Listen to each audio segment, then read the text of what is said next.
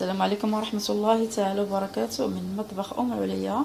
اليوم بإذن الله ندير لكم وصفة ديال واحد المناضة كتباع بالحامض.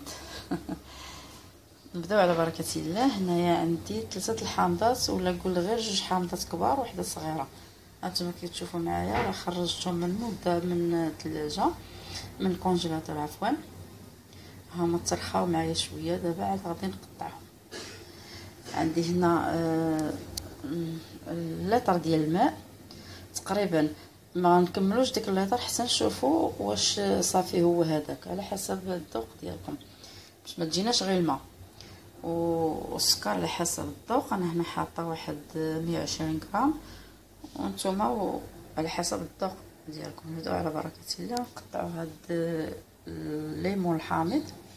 بعد ما قطعت الليمون الحامض وحطيته هنا في الكاس ديال الخلاط. بالنسبه للحامض انا مقشراه عاد خزنته في الكونجيلاتور وعملت سنيده. دابا غادي نزيد شويه الماء فاش غادي يدور هاد الحامض ومن بعد نتلاقاو.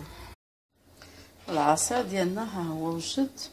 بعد ما صفيته 2 مرات، انا صفيته بهاد الغربال كتشوفوا معايا.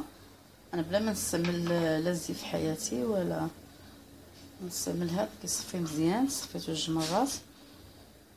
ها هو بالصحه والراحه. واللي عجبو الفيديو دير جيم ودير اشتراك. السلام عليكم. وصفه اخرى ان شاء الله.